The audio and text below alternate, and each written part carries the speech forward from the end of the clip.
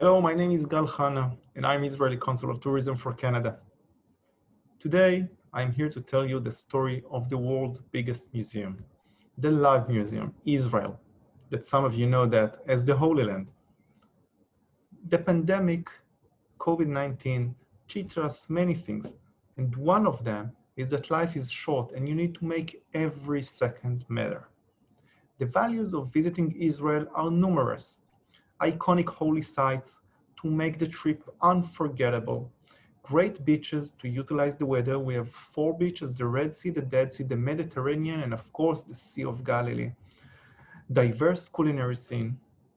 One-of-a-kind experiences like the kibbutz, Dead Sea, UNESCO sites, and more. And this is what makes Israel so unique. The combination of landscape, rich history, and culture within a small area. Now, for a Canadian, it's hard to comprehend the size of Israel. Imagine living in a country in the size of Lake Ontario, where you can go from one place to the other within a couple of hours. No flights needed, covers such diverse landscape in a short time. Tel Aviv, the Galilee, the Dead Sea, and Jerusalem are within a couple of hours drive from one each other.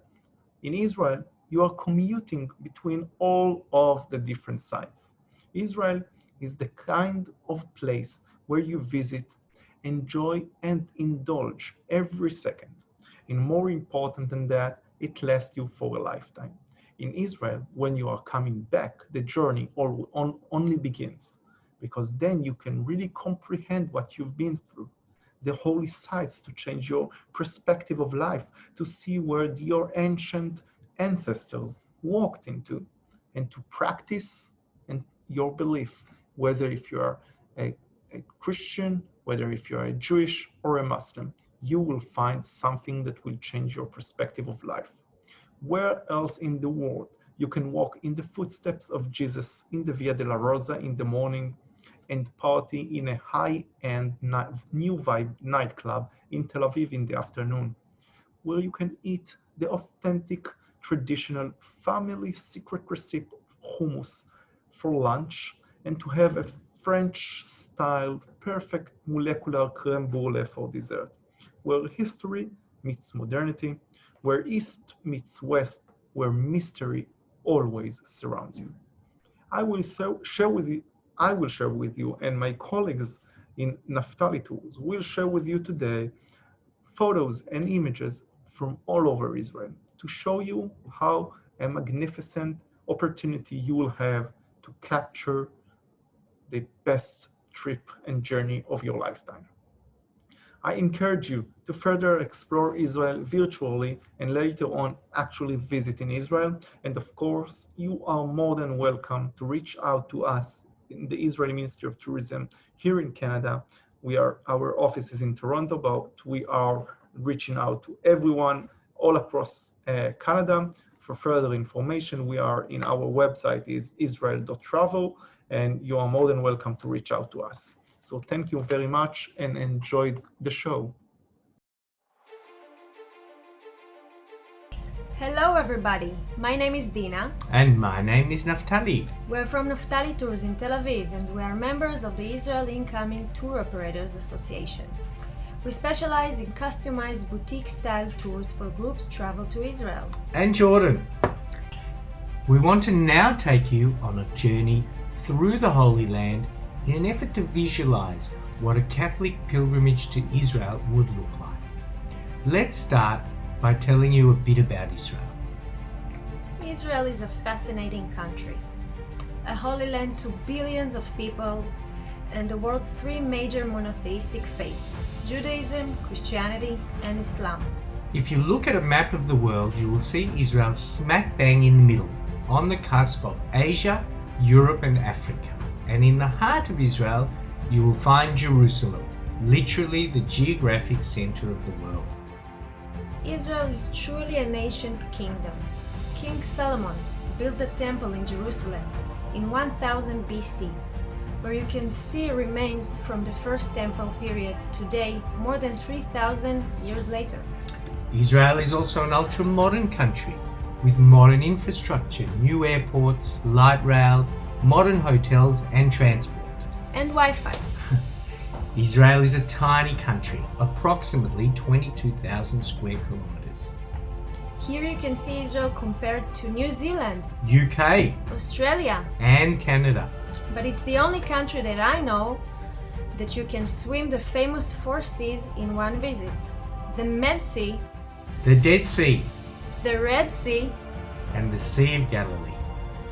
It's also a country of incredible variety in landscape and geography. Alpine, desert and tropical, all in a very small geographical area. Where else in the world could you ski the slopes of Mount Hermon in the morning and go water skiing in Eilat in the afternoon? Israel is the birthplace of the Bible, both the Old and the New Testament. To all those who remember their Sunday school lessons talking about Jesus of Nazareth, Mary of Magdalene, John's baptisms in the Jordan River, this is the place where it all happened.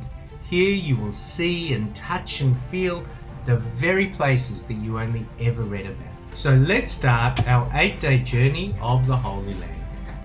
Day 1. Let's spend some time in the modern metropolis of Tel Aviv, Israel's business and entertainment capital. Spend some of the time wandering through the ancient city of Jaffa, just nearby. See the house of Simon the Tanner and celebrate Mass in the beautiful St. Peter's Church. Visit the Carmelite monastery at Mochoka, where Elijah smote the false prophets. Finish the day with a visit to the impressive Basilica of the Annunciation, built over the home of the Virgin Mary. Visit the village of Cana, where the first miracle took place, turning water into wine. It is a tradition at the church here for couples to come and renew their wedding vows. Days 2 and 3. Start the day in Tiberias and the Sea of Galilee. Enjoy a cruise across the Sea of Galilee in a traditional wooden sailing boat. Explore Capernaum. See the ancient synagogue where Jesus preached. You can visit Tabqa, where the miracle of the multiplication took place. Ascend to the top of the Mount of Beatitudes, where you can relive the Sermon on the Mount. Visit the site of the baptism on the Jordan River, where you may even have an opportunity to hire some robes and do a baptism as well. Day 4. We'll go down to visit the lowest place on earth, the Dead Sea, sitting 400 meters below sea level. The lake is so thick with salt and minerals that you literally float on top of the water. It's a tradition taking a picture with you reading a newspaper while you float on top of the water. Stop at the oldest city in the world as well, Jericho. Visit Elisha's spring, the tree of Zacchaeus, and take a table car to the top of Mount of Temptations. Finish the day exploring the caves of Qumran, where the Dead Sea Scrolls were found and the very start of early Christianity. And now we are going to spend the next 4 days exploring in and around Jerusalem. Why don't you talk about it? All of our itineraries include a visit to the ancient city of Jerusalem. Enter the old city and follow the Stations of the Cross to the final site of the crucifixion inside the Church of the Holy Sepulchre. On to Mount Zion to visit the tomb where King David is buried and see the room of the Last Supper. Don't forget some shopping opportunities, as well as strolling through the oriental souks or markets of the old city with its spices and sweets and beautiful pottery pieces and olive wood products. Proceed to Bethlehem for a visit to the Shepherd's Fields, Manger Square, and the Church of the Nativity. This is what we can get done in a 1-week tour. Naftali, what can we do if we have more time for travel? How about the resort city of Eilat, on the Red Sea in the very south of the country, the Riviera of Israel, where you can snorkel the magnificent Red Sea corals.